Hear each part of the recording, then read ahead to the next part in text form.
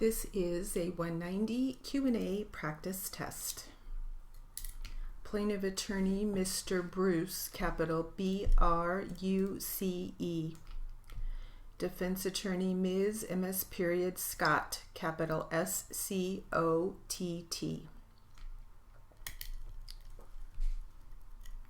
And we'll start with defense attorney. Ready? Here we go. And in your laboratory, that is enough to say or to make the conclusion that I have found gunshot residue as opposed to some other kind of residue that has those particles in it. If a particle has those three elements, then that is considered unique gunshot residue for our laboratory. For hands, it only takes one unique particle for that to be a positive test. That's not the same in other labs, is it? No, other labs can have different minimum thresholds. For example, the FBI threshold is 4 particles, correct? I don't know if it's indeed 4. It certainly could. There are other military type laboratories where the minimum is 3, since a majority of the individuals that get sampled are military and have access to firearms, so they raise the threshold. So if the FBI is 4, that's not entirely unsurprising. Do you know what the California Department of Justice Laboratories minimum is? No. And I think that you have used the term that your lab is a little bit looser in their requirements, right? Looser where? Looser implies that we are making things up, but the maximum amount of time is 6 hours, which we accept. The minimum number for a positive result is 1, which is the minimum you can have. So we are at the minimums. Other laboratories will have 3 particles for a positive.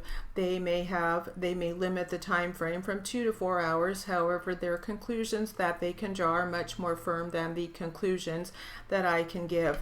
And one other thing, what was the date that you completed your investigation on these items looking for gunshot residue? I sampled the clothing on February 12th of 2015. They were then placed in the instrument that day. It took overnight to run, and it was completed on the next day, the 13th. And your understanding was that for about 3.5 years, the items that you examined had been in a paper bag somewhere in the Sheriff's Department evidence room, right? Yes. That box was in the warehouse at the crime lab. All right, nothing further on cross-examination, Your Honor. Redirect. Thank you, Your Honor. Mr. Colley, the defense attorney, was asking you, I think, he gave a hypothetical of if a gun is in a waistband, it's more likely, or is it more likely to transfer gunshot residue to the clothes? Do you remember that? Yes. Okay, and obviously, if it is in a waistband, would it be your testimony that if you have a firearm that has been shot and you put it in a waistband, that makes it more likely that gunshot residue is going to transfer to the waistband, right? From the gun, yes, obviously, whatever surface the gun contacts, that's where the transfer of particles are going to occur.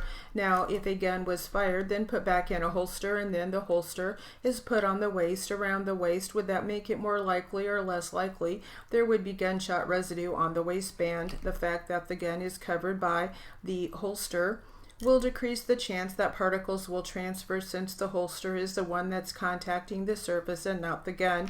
And would the gunshot residue, these metal parts, aren't going to go through the leather holster, are they? No, unless there's holes in the holster itself. No. Okay.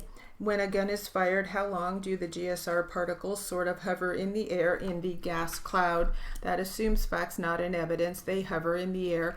I believe you said you testified that there is a gas cloud that occurs when a gun is fired, right? Yes.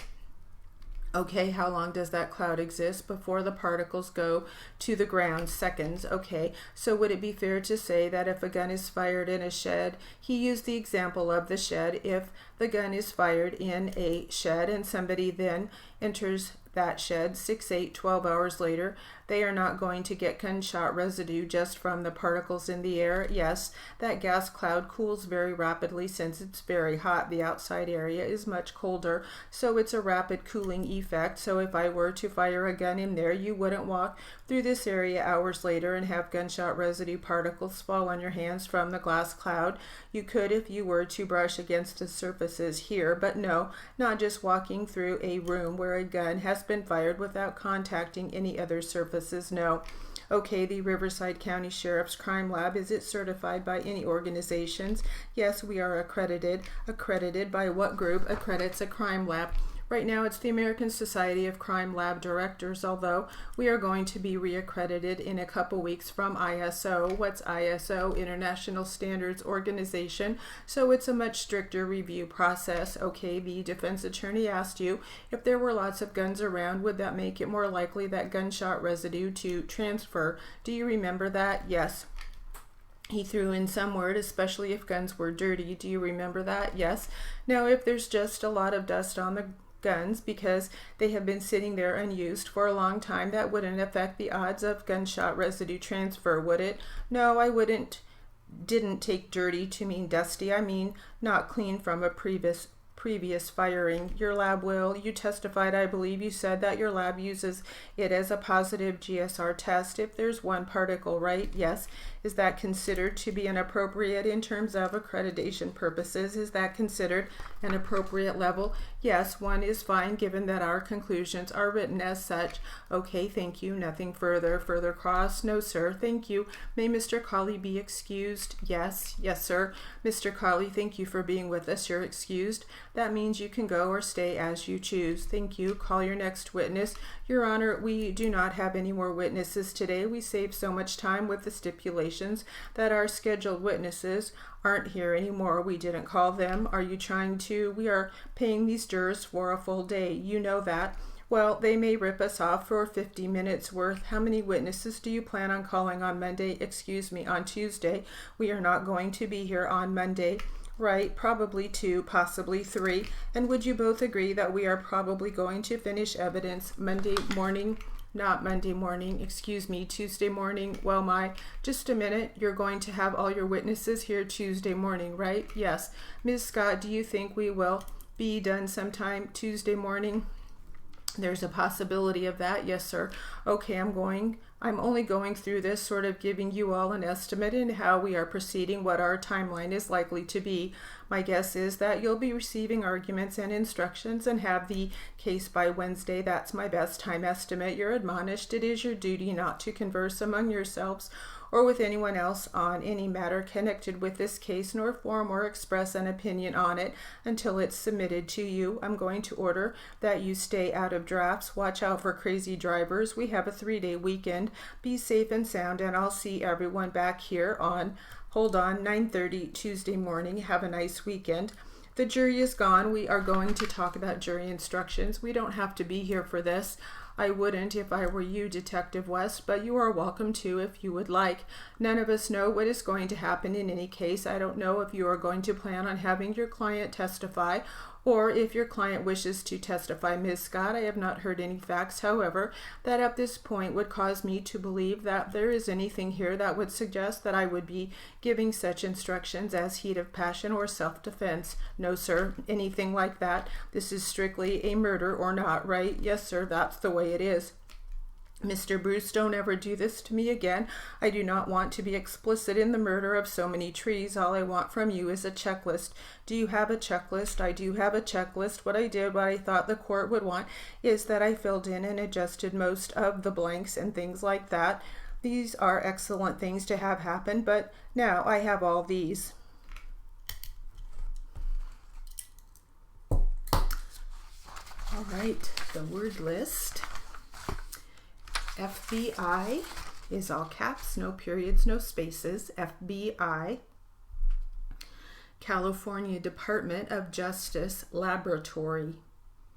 Capital C on California. Capital D on Department. Small OF. Capital J on Justice. Capital L on Laboratory. California Department of Justice Laboratory. Mr. Colley, capital C-A-U-L-E-Y. GSR, capital G, capital S, capital R, all caps, no periods, no spaces, GSR. Riverside County Sheriff's Crime Lab. Riverside, capital R-I-V-E-R-S-I-D-E. Capital C on County, capital S on Sheriff's. Sheriff's is apostrophe S. Capital C on Crime, capital L on lab. Riverside County Sheriff's Crime Lab. American Society of Crime Lab Directors. Capital A on American, capital S on Society, small OF, capital C on Crime, capital L on Lab, capital D on Directors. American Society of Crime Lab Directors. ISO is all caps, no periods, no spaces. ISO.